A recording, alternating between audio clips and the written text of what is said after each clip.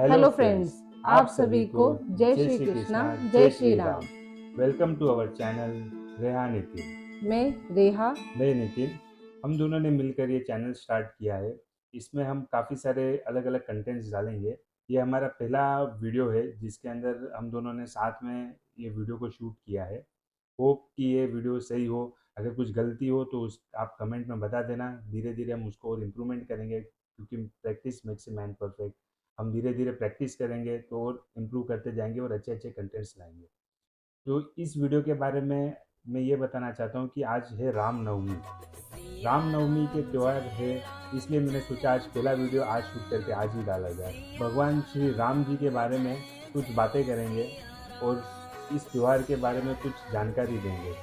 ये तो आप सभी जानते हैं कि राम जी का जन्म कैसे हुआ, क्यों हुआ, कब हुआ, वो तो आप सबको पता ही है वैसे भी। तो इसके ऊपर हम ज़्यादा कुछ लंबी इस वीडियो को उसके ऊपर लेंगे नहीं। तो आपको बेसिक जानकारी तो आपको दे देते हैं। जैसे आपको पता है कि भगवान श्री राम को मर्यादा पुरुषोत्तम क्यों कहा गया, इनका जन्म कहाँ, कैसे और क्यों हुआ, मेन पर्पस कि क्यों हुआ। और सबसे बड़ी बात मैं आपको बताऊं, राम से बढ़कर कौन है वो भी मैं आपको इस वीडियो में बताऊंगा। ये जानने के लिए आपको अंत तक देखना पड़ेगा कि राम जी से बढ़कर भी कौन है।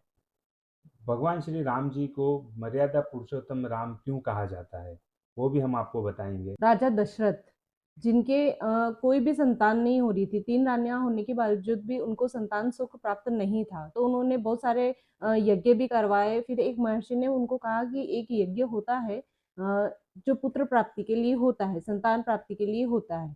और वो यज्ञ दशरथ जी ने करवाया, और उससे जो यज्ञ से प्राप्त जो खीर का प्रसाद था, वो अपनी 3 रानियों में सुपुर्द किया। 3 रानियों ने उस प्रसाद को खाया, और 9 महीने बाद ही वो उन्होंने जो सबसे बड़ी पत्नी थी उनकी, कौशल्या जी, जो श्री राम की माँ थी, श्री राम उनके जन्मे थे।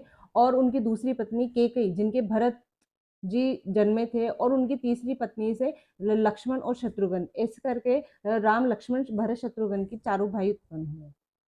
रघु राजवंश के गुरु महर्षि वशिष्ठ ने उनको राम नाम दिया था। भगवान श्री राम भगवान श्री विष्णु जी के 7वें अवतार है। भगवान श्री राम जी को मर्यादा पुरुषोत्तम कहा जाता है क्योंकि उन्होंने जो भी कर्म किए हैं सब अपने मर्यादा में रहकर किए हुए हैं। उनकी जीवनी से हम काफ़ी कुछ सीख ले सकते हैं। उनके कुछ गुण मैं आपको आज बताता हूँ जिसको हम अपने जीवन में अगर लाएं, अमल करें उस चीज़ों का, तो हमारा जीवन भी बहुत सुख शांतिमय और बहुत ही खुशी से हम अपने जीवन को बिता सकते हैं। राम जी के जो मुख्य चरित्र है उसमें से मैं कुछ चरित्र के बारे में आपको बताता हूँ जिससे को हम अपने जीवन में लाने की कोशिश करेंगे। सबसे पहले तो मैं उन्हें मानता हूँ बहुत ही वह सहनशील और धैर्यवान थे। सहनशीलता व धैर्यवान, ये भगवान श्री राम जी के सबसे बड़े गुण थे। सहनशीलता तो हम यूं यूं भी कह सकते हैं, जैसे कई कई के कहने पर उनको 14 साल का वनवास करना पड़ा तो भी उन्होंने सब सहन कर लिया। फिर पुल बनाने के लिए भी उन्हें तपस्या करनी पड़ी तो भी उन्होंने सहन कर लिया। राजा होते हुए भी अपने पत्नी से विलय हुई उनकी, फिर भी उन्हें राजगद्दी संभालनी पड़ी। सन्यासी की तरह उन्होंने वो जीवन जिया और राजपाट को चलाया।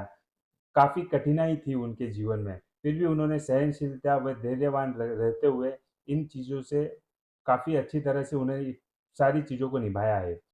भगवान श्री राम दयालु और बेहतर स्वामी भी रहे हैं। उन्होंने अपनी सेना में दानव, मानव और पशुओं को, सभी को आगे बढ़ने का मौका दिया। उन्होंने समय समय पर सबको अपने अधिकार भी दिए, जैसे हनुमान को जामवंत और नल नील को भी आगे नेतृत्व करके उन्होंने उनका अधिकार दिया। इस तरह है वो बेहतर स्वामी और दयालु के पात्र रहे हुए हैं। हमें उनको, उनका ये एक चरित्र भी पता होना चाहिए कि वो सभी पे दया रखते थे, अपनी छत्र छाया में सभी को उस दया दृष्टि से ही देखते थे। जिसे दया का बताया, उसी तरह से भगवान श्री राम जी में एक दोस्ती का भी बहुत बड़ा गुण था। उन्होंने किसी भी जात पात के बीच में भेदभाव नहीं रखा। चाहे वो केवट हो, चाहे वो सुग्रीव हो, चाहे वो कोई भी हो, उन्होंने सबके बीच में अपनी एक दोस्ती अगर जिस तरह से होती है सबके तरह एक समान दोस्ती निभाई है। भगवान श्री राम एक आदर्श भाई भी थे। उनके तीनों भाई भली सौतेली माँ के थे लेकिन इन्होंने कभी भी किसी के बीच में ऐसे भेदभाव से नहीं देखा।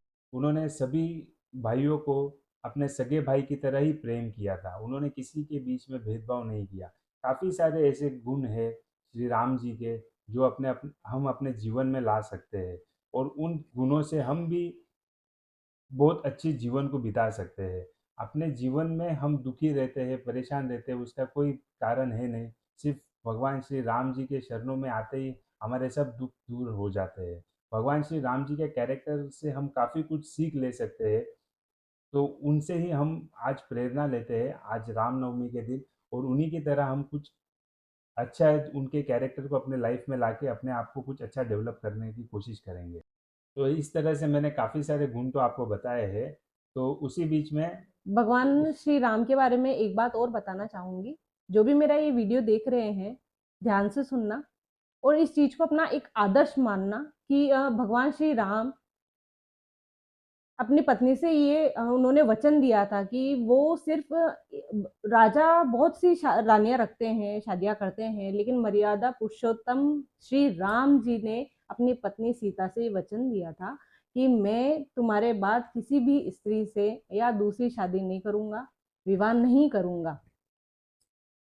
तो हम सबको अपना आदर्श मानते हुए श्री राम जी को ये गुण मेरे लिए बता रहे, ये गुण मेरे लिए नहीं बताया मतलब जाएगा। भगवान श्री राम जी से हमें ये भी सीखना चाहिए कि एक नारी को तो उसके चरित्र के लिए अग्नि परीक्षा देनी पड़ी थी, लेकिन क्यों ऐसा कि ठीक है प्रजा की बातों में आके आपने अपनी पत्नी को त्यागने का निर्णय ले लिया, फिर उसे धरती में समाना पड़ा। हाँ, तो जिस बिल्कुल। तरह श्री राम पत्नीव्रता पतिव्रता तो सभी नारी होती है मोस्टली, लेकिन जिस तरह श्री राम पत्नीव्रता थे, वैसे ही सब पत्नीव्रता रहें। वीडियो के स्टार्ट में मैंने आपसे कहा था कि श्री राम जी से बढ़कर कौन है। तो इसके पीछे भी एक कहानी है। भगवान हनुमान ने काशी के राजा ययाति की रक्षा के लिए श्री राम जी से युद्ध किया था, और वहीं पर विक्रम ऋषि विक्रम आदित्य जी के आदेश पर राम जी ने ययाति को मारने का संकल्प लिया हुआ था। तो उसी दरमियान जब श्री राम जी ने हनुमान जी की तरफ बाण चलाए थे, तो हनुमान जी ने राम जी का नाम जपना शुरू कर दिया था। जैसे ही वो राम जी का नाम जपना शुरू किए थे, तो राम जी के सारे बाण विफल हो गए। उनको कोई चोट नहीं, उनको कोई हानि नहीं पहुंची थी, और वहाँ पे राम जी को हनुमान जी से हार माननी पड़ी थी। इसलिए मैं कह रहा था, श्री राम जी से बढ़कर भी राम जी का नाम है। तो इसी तरह भगवान श्री राम जी से हमें काफ़ी कुछ सीखने मिलता है। तो हम उनके जीवनी से काफ़ी कुछ नई चीज़ें लेके आज रामनवमी के दिन कुछ उनके कैरेक्टर से हम अपने जीवन में कुछ लाएंगे, और इसी तरह से अपना अपना नए उनके साल, आदर्श को अपने जीवन में शामिल करें और अपना जीवन और भी अच्छे से बेहतर खास बना करके वो सके। पत्नी वाला आदर्श के ऊपर तो ज़्यादा जोर देंगे ये। श्री राम को अपना आदर्श माने और उनके बताए हुए आदर्श को अपन अपने जीवन में शामिल कर लेंगे तो हमारा जीवन और सरल और बेहतर हो जाएगा।